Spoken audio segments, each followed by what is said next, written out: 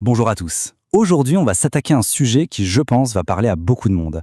Ces comportements qu'on a, qui nous frustrent, qu'on aimerait vraiment changer, mais impossible, on n'y arrive pas. Et si, en fait, ces défauts n'en étaient pas vraiment? Et s'il s'agissait plutôt de stratégies de survie super intelligentes? Allez, c'est parti, on décortique ça ensemble. Ce témoignage, il est vraiment parlant, non? Il met le doigt sur ce paradoxe qu'on a presque tous déjà ressenti au moins une fois. C'est cette lutte, cette guerre intérieure. D'un côté, on sait très bien que notre comportement est excessif, irrationnel même. Et de l'autre, il y a cette force, cette angoisse qui nous pousse à le faire quand même, coûte que coûte. C'est plus fort que nous.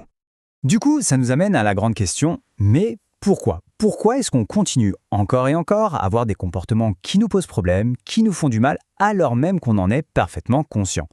C'est ce grand mystère, ce conflit intérieur qu'on va essayer de percer aujourd'hui. Ok, première étape de notre exploration, on va se pencher sur ce fameux paradoxe de l'auto-sabotage. Vous savez, tous ces schémas qui ont l'air d'aller complètement à l'encontre de notre propre bonheur.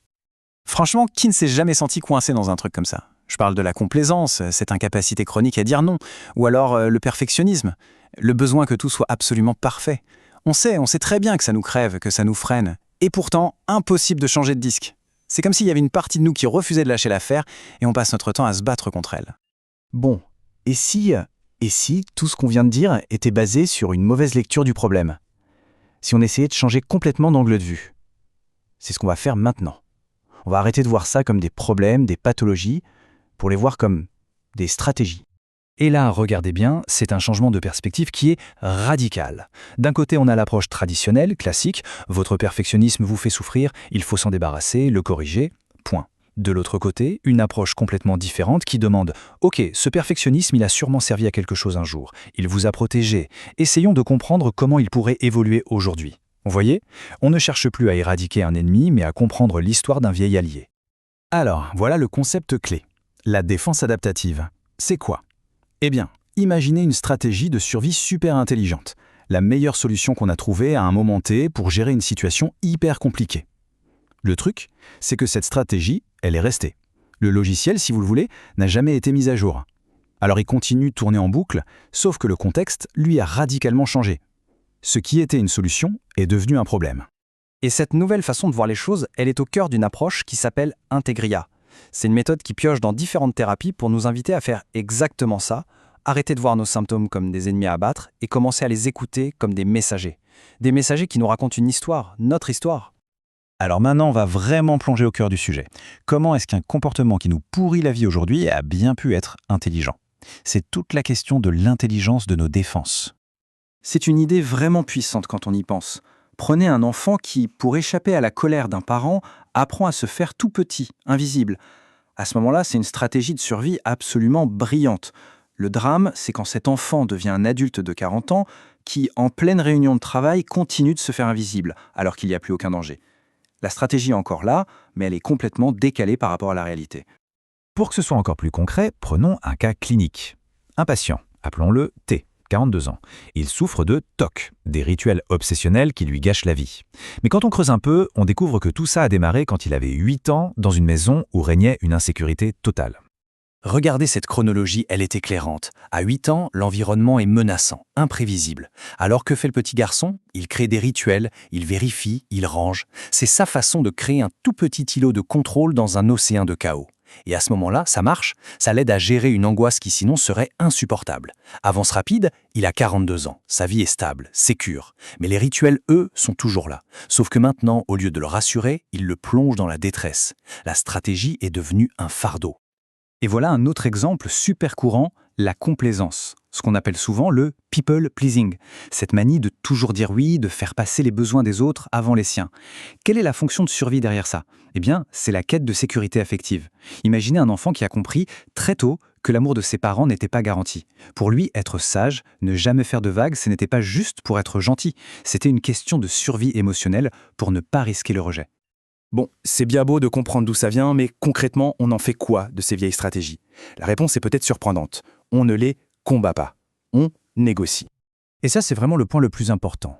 Le but du jeu, ce n'est pas de déclarer la guerre à son perfectionnisme ou à son anxiété. Franchement, ce serait comme essayer de virer un vieux soldat qui monte la garde fidèlement depuis 30 ans pour nous protéger. L'idée, c'est plutôt d'aller le voir, d'entamer le dialogue, de le remercier pour ses services et de lui proposer une nouvelle mission. Une mission qui soit adaptée au monde d'aujourd'hui. Et il faut savoir que ces stratégies sont profondément ancrées dans notre biologie, dans notre système nerveux. Face à un danger, notre corps a des réponses automatiques, soit il se mobilise, c'est le fameux combat ou fuite, soit il s'immobilise, il se déconnecte pour se protéger, c'est la dissociation. Eh bien, nos défenses psychologiques, ce sont un peu les traductions mentales de ces états de survie purement physiques. Alors, comment on fait pour négocier? Ce processus se déroule en 4 temps. Première étape, la connexion. On essaie d'établir un contact avec cette partie de nous, mais sans la juger. Deuxième étape, la curiosité. On lui demande, avec un intérêt sincère, quelle était ton intention, qu'est-ce que tu essayais de protéger. Troisième étape, la compassion. On reconnaît que son rôle a été essentiel, vital même. Et seulement après tout ça, la quatrième étape, la collaboration. On peut alors commencer à négocier un nouveau rôle, une mission mise à jour pour aujourd'hui. Prenons l'exemple d'une autre patiente, M. Sa complaisance chronique, son incapacité à dire non, on a pu remonter jusqu'à ses 5 ans. Son père venait de partir et on lui avait dit « Sois sage, sinon il ne reviendra pas ». Vous imaginez? L'enfant de 5 ans en a déduit que sa gentillesse était une arme contre l'abandon. Alors en thérapie, le but n'a pas été de faire taire cette croyance. Le but a été de parler à cette petite fille de 5 ans à l'intérieur, de la rassurer et de lui expliquer qu'aujourd'hui, l'adulte qu'elle est devenue a plein d'autres moyens de se sentir en sécurité. Et que parfois dire non, c'est même ce qui construit les relations les plus solides. Et voilà, on arrive tout doucement à la fin de ce cheminement qui nous fait passer d'un état de guerre civile intérieure à une collaboration, une paix des braves.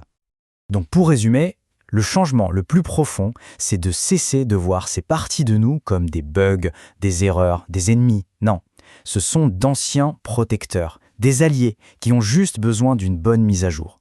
Et quand on fait ça, on transforme le champ de bataille qu'on a dans la tête en une sorte de table ronde où chaque partie a le droit de parler, d'être écoutée et peut trouver un nouveau rôle, beaucoup plus utile pour nous aujourd'hui. Cette phrase, elle résume absolument tout. Une défense reconnue peut évoluer. Une défense confrontée se rigidifie. C'est logique en fait. Plus on attaque une défense, plus elle va se sentir menacée et plus elle va se blinder, se renforcer. C'est un réflexe. Par contre, à partir du moment où cette défense se sent vue, entendue, reconnue pour le travail qu'elle a fait, là, elle peut enfin souffler, se détendre et peut-être, juste peut-être, s'ouvrir à autre chose. Et on va se quitter là-dessus avec cette question. Et si ce défaut, ce truc qu'on déteste le plus chez soi, et si c'était en fait notre plus vieille, notre toute première stratégie de survie? Et si, avant de vouloir le changer à tout prix, on prenait juste un instant pour le remercier? Juste le remercier pour nous avoir permis d'arriver jusqu'ici. Ça pourrait bien être le tout début d'un chemin de transformation vraiment profond.